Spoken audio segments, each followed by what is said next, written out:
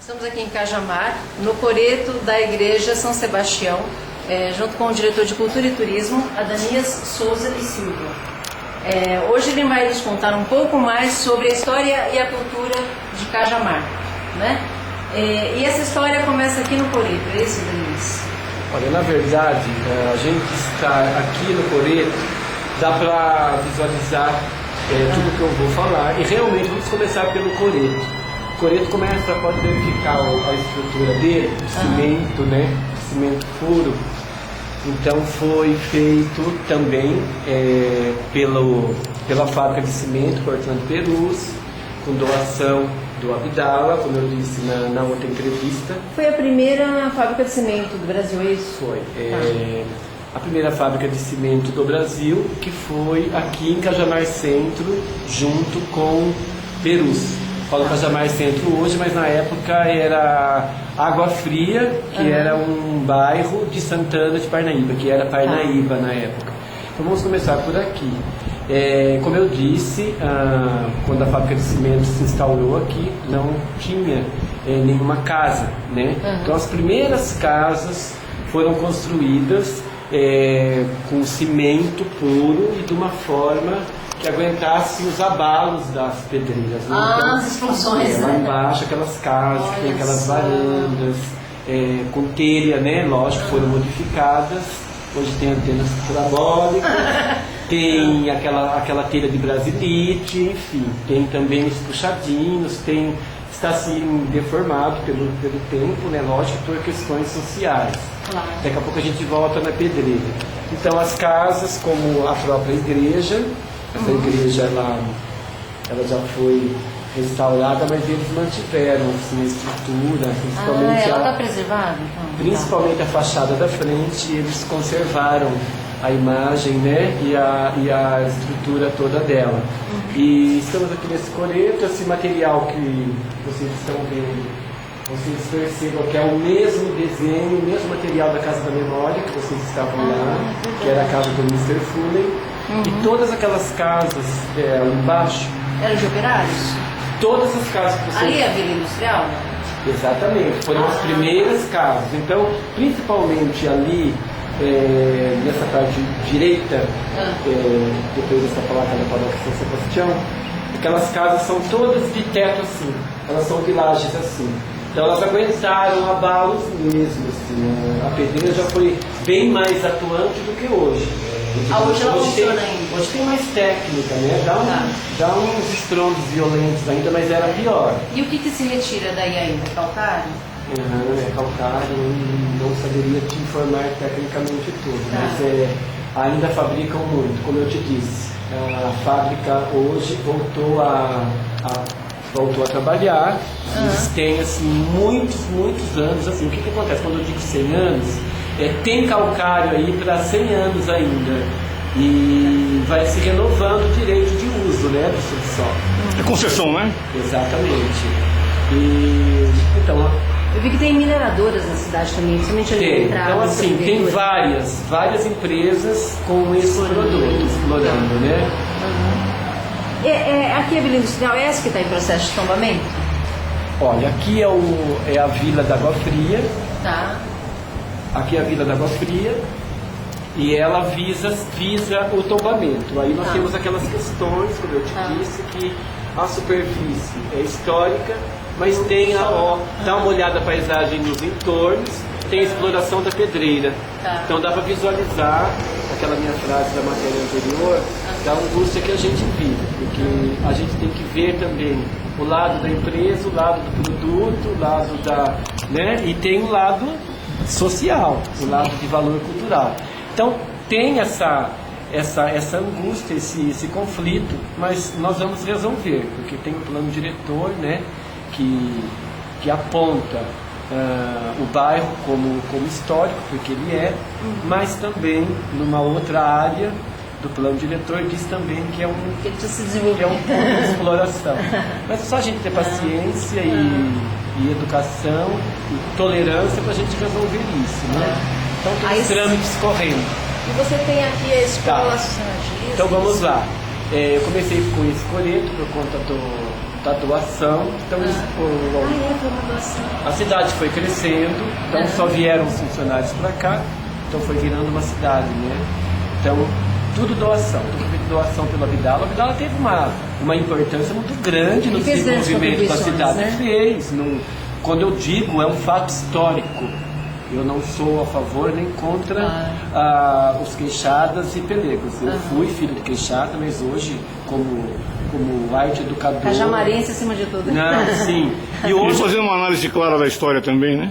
Hoje, lógico... aos dois lados aqui, né? Deixa eu te perguntar uma coisa, né? A gente acabou não falando, a gente entrou muito na história da cidade. A sua formação, eu sei que você tem formação em teatro e tem outras formações também. Você quer contar rapidinho pra gente?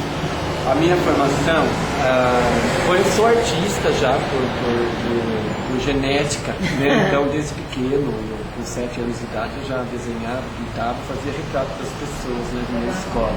Cantava muito, então no coral do jornalismo, vou falar dele já, foi muito importante na formação de todo mundo. Então a escola Suzana Dias me ofertou o coral de Cajamar, na 5ª série, eu cantei até o 3º colegial. Então, na verdade, quando eu fui fazer teatro na adolescência, já me envolvi em São Paulo, com grupos, né? E fiz o Emílio Fontana, eu fiz um curso de teatro, depois eu fiz a minha faculdade de Educação Artística, com habilitação em Artes Plásticas, aí fiz pós-graduação em Cênicas, e hoje agora estou me especializando em canto erudito. É um curso vago, mas é uma associação, coral da cidade de São Paulo. Eu estou tendo todas as informações de solfejo, teoria musical, preparação vocal. E já estou partindo para a minha outra pós-graduação, que vai ser de música, né? Legal. Então a arte é minha praia mesmo. E esse estudo, essa formação acadêmica tende a não terminar nunca, não é? Não vai terminar. E cada dia a gente se sente cobrado para poder ampliar, né? Mas assim, acreditem quem quiser, tem pessoas que não acreditam. Toda essa minha formação eu sempre fiz focado em Cajamar. Algumas coisas eu perdi quanto artista, né? Eu deixei de fazer muitas coisas e hoje, na verdade, eu me entreguei para Cajamar. Então, na verdade, eu estou na administração pública como agente cultural, mais na área administrativa e legislativa da cultura. Mas se eu não tivesse ter passado por todas essas escolas e na prática também meu currículo, que é de sala de aula, de grupos de teatro, mambembei bastante. Então eu estou conseguindo assim, criar projetos de Cajamar por conta disso, né? E estamos aí, vamos ver, né? A gente não sabe nada do futuro. Continuar. Conta pra gente. Então, continuando na questão das doações, né? Sim.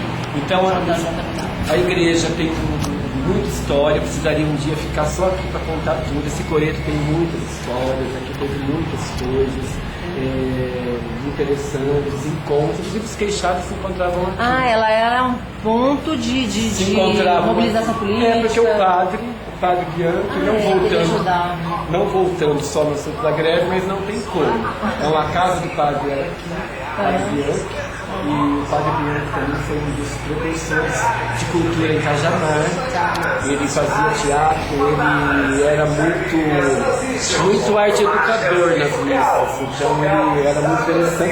Ele foi um dos primeiros artistas de Cajamar, arte educadores daqui. Ele mesmo ensaiava o teatro, ele dava direção, marcação. Então esse pátio aqui onde nós estamos, então se enchia de gente. Muito. E juntava com a mobilização da greve. Muitas coisas. Sempre foi uma igreja muito ativa. E, bom, então, logo aqui em frente, tem também o Suzana Dias. Para mim, não só para mim, para toda a escola, né? Estadual. É municipal. Não tinha a escola de primeiro grau na época, que o Abdala doou o terreno e também colaborou. Mais uma vez o Abdala aparece, né? Não, ele aparece o tempo todo. Ele é super importante na história de Cajamar. Na verdade, se a gente um museu, na verdade, se tivesse 10 paredes, 8 paredes é do Abdala. Então a família... A contribuição dele é poderosa, então. A família, eu acho que tem mais que preservar o nome da família e colaborar até com os museus, com as obras históricas para a gente expor para a população. Eles foram muito importantes. Então essa escola, por exemplo, foi dado o terreno E ele que atuou tudo na papelada para a formação da escola, porque a cidade, na verdade, estava crescendo. Não tinha nenhuma, né? Não tinha nenhuma escola. A cidade estava crescendo em função dele. Então, depois a gente vai te passar um cartão postal. A primeira escola foi na Casa de Pedra, que é lá embaixo, que é ali, né? Ali embaixo, perto da pedreira. E aí foi crescendo, trouxeram para cá, construir esse prédio. Esse prédio é super bonito. Na época, eu não posso te confirmar a data agora, tá? Eu não estou conseguindo lembrar. Mas foi nos anos 40. Então, na época, esse prédio aí era muito, muito bonito, né? Ele é ainda hoje. Ele é um dos pontos a ser tombado. Ele está elencado. Porque aí passou, todo mundo de Cajamar passou por aí. Todos os prefeitos passaram pelo Suzana Dias. O colasso de Parnaíba. Aqui, a Escola Suzana Dias, que tipo de formação ela propicia? Ensino fundamental? Tem ensino musical? Ela começou, né, com o primário, depois iniciaram a primeira turma do ginásio, então a primeira formatura do ginásio. Isso foi uma festa em Cajamar, inclusive o Abdala estava presente e tal. Depois teve o colegial, aí eles introduziram o magistério, eu não sei se ainda permaneceu até hoje, mas nos anos 80 e 90 o magistério, técnico em contabilidade. Mas o rico do Suzana Dias, nos anos 70, era a cultura. Tinha um grande mestre aí que eu digo para todo mundo que o que eu faço hoje é por causa dele. Eu falo para todo mundo que saiu no livro, que é o Eliseu Gomes, que é o maestro que implantou o coral, dava teatro, fanfarra, bandas. Então, assim, o Eliseu, ele é responsável pelo Adanias, ele sabe disso. Tudo que acontece, eu ligo para ele, eu tenho contato com ele ainda. É um pai cultural. Maravilhoso. Foi ele que sofreu muito nos anos 70, com preconceito, ele era negro, e a cultura, ninguém dava valor, a arte em si, então... Não mudou muita coisa ainda hoje. Não, graças a Deus mudou sim. E ele foi muito, muito importante, responsável pela vida de todo mundo. Então, hoje, se você for dar uma olhada nos cargos públicos, então a diretora de educação passou por Suzana Dias, todos os vereadores passaram por Suzana Dias, todos os prefeitos, pelo menos de 40 anos, 50 anos para cima, passaram por Suzana Dias. Eu digo que o Suzana Dias era assim, um conservatório de todas as modalidades. A gente entrava aí, a gente não queria sair. Né? A gente não queria sair da escola, de final de semana a gente ficava um pouco chateado porque não estava no Suzana. Era muito E tinha teatro também? Tinha tudo. De música, de teatro, o que mais ligado à cultura? Então, tinha, fora a cultura, a educação física na época era uma coisa muito interessante. Então, os alunos estavam sempre em movimento, estavam sempre em gincanas, campeonatos. Cajamar, Suzana Dias, sempre quando saía, trazia prêmios. O coral mesmo, a gente trouxe o melhor coro infantil juvenil do estado de São Paulo, nos anos 80. Com crianças de 12, pré-adolescentes, de 12 a 14 anos, e esse prêmio a gente recebeu no Teatro Municipal na época.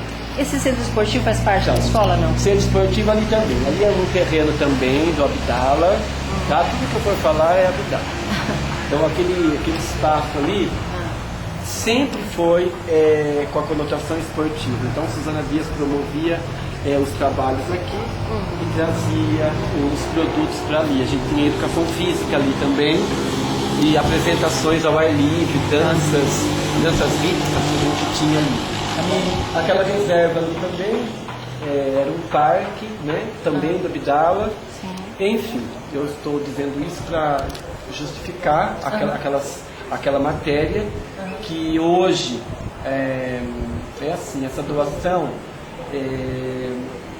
torna-se efetiva, mas quando eu disse que ela ficou irregular, não quero que levem a mal, ele ficou irregular nessa coisa, o documento, não é as escrituras. Era um acordo informal, de boca, né? E aquelas casas, só dar um foco nelas, que eu quero terminar essa parte com elas, eis aí o nosso tesouro, que são aquelas casas, elas foram construídas tudo nos anos 30 e 40, moradores históricos ali na casa. Então, todas essas casas, ou morou um chefe, ou morou um estrangeiro que veio para cá. Ali teve farmácia, ali teve hospital, ali teve o supermercado do SESI. Era um municípiozinho dentro do município. Tinha um rio maravilhoso, uma lagoa enorme que tinha ali, o tempo também, né, o destruiu. E este é o nosso cerne histórico. Então, desse bairro da Água Fria, como eu disse, as pessoas que conseguiam comprar um terreno, eles já construíam no bairro da Lavrinha, que é dali para lá, dá uma olhada. Passando esse ginásio de esportes, esse ginásio de esportes ali para lá, vai terminando já o bairro da Água Fria. Aí começa o bairro da Lavrinha. Esses dois é Cajamar Centro. Entendi. Tá, hoje é Cajamar Centro. Né? Água Fria era a Vila Água Fria na época de Santana de Parnaíba. Hoje é o bairro Água Fria. Esse bairro em que serve? Sim, eu só queria perguntar, São Sebastião, seu patrono da cidade, tem algum motivo específico? Não? Tem. É o que eu falei pra você, é tudo que você fala. Aqui é o seguinte, as datas depois vocês conferem, no museu, como eu estou conseguindo levar o museu. Não tem problema, esquece. Não estou conseguindo levar o museu na minha cabeça para todos os atos. Aqui tem uma história interessante, que no início da formação da vila, lógico, houve-se a necessidade de construir uma igreja. E foi segundo os depoimentos de várias pessoas, essa igreja, o nome de São Sebastião foi em nome de uma promessa que se terminasse a Segunda Guerra Mundial, a primeira, não me lembro, eles iam fazer uma homenagem a São Sebastião. Mas era uma das guerras, né? Porque ele é o mártir das guerras e das chagas, né? Então recorrendo a São Sebastião. E ele é muito respeitado, esse santo aqui. Foi na época do Mr. Fullen ou na época do JJ Grau? Eu acho que foi no início do Mr. Fullen. O terreno, não. Eu vou confirmar isso com você. Então tá bom. E a gente vai para um próximo capítulo, numa próxima semana? Estamos aqui no bairro da Lavrinha, em Cajamar, onde era o buraco. Bom, o bairro da Lavrinhas foi habitado na mesma época do bairro da Água Fria por pessoas que foram chegando em Cajamar ou se desvinculavam da companhia ou também que já tinham outros empregos, pessoas novas que foram chegando. Então é um bairro histórico também, tudo isso é Cajamar Centro, bairro da Água Fria e bairro da Lavrinhas, que é aqui.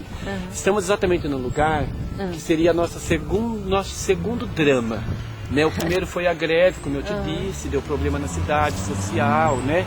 E aí, assim, uma parte dos moradores da Lavrinha eram aqueles que ganharam a indenização da greve. Esse espaço realmente foi a minha tia Roquilina, que é uma das famílias mais antigas de Cajamar, que ela construiu. Aqui tem a casa dela, a casa de todos os filhos dela, a família dela inteira foi morada aqui, foi construído com a indenização da greve. E Roquilina do quê? Roquilina Ribeiro. E em 86, que já tinha até tudo em ordem, né? O bairro da Lavrinhas tranquilo e Cajamar estava praticamente sem problemas nenhum. Ocorreu a erosão, que aí vocês peçam lá para a Casa da Memória informações sobre o que rolou. E que tem a ver com os abalos da pedreira também. Então o que acontece? A pedreira tinha ficado na inativa por conta da greve. E aí nos anos 80 ela voltou. Então tem uma fábrica de bebida aqui atrás dessas casas que tiravam a água. E a pedreira, com os abalos, deu acomodação de terra. Engoliu aí todas as casas. Aí o terreno daqui afundou. Todas as casas. Teve morte na época? Não, com o buraco não teve morte. Mas todas as pessoas, eram umas 500 famílias, todos desse bairro, pode filmar aqui nos entornos, todos tiveram que sair. Porque tinha risco por conta da pesquisa. Então, na verdade, o bairro da Lavrinhas inteira foi condenado em 86 pelos laudos do IPT. E até agora nós não tivemos um outro laudo que fizesse aquele. Então continua vigente o laudo que o bairro da Lavrinha ele é condenado. Mas o que acontece? Foi acontecendo, as pessoas não saíram das casas, as pessoas gostam muito daqui, são muitos moradores saudosistas, eu sou um deles. Então o bairro da Lavrinha também tem muitas histórias, tem o Esporte Clube Cajamar, que as pessoas dançavam, faziam teatro, programas de calouros. Então é uma cidade com a igreja, com a Congregação Cristã no Brasil, que tem uma comunidade muito antiga e forte no bairro da Lavrinha.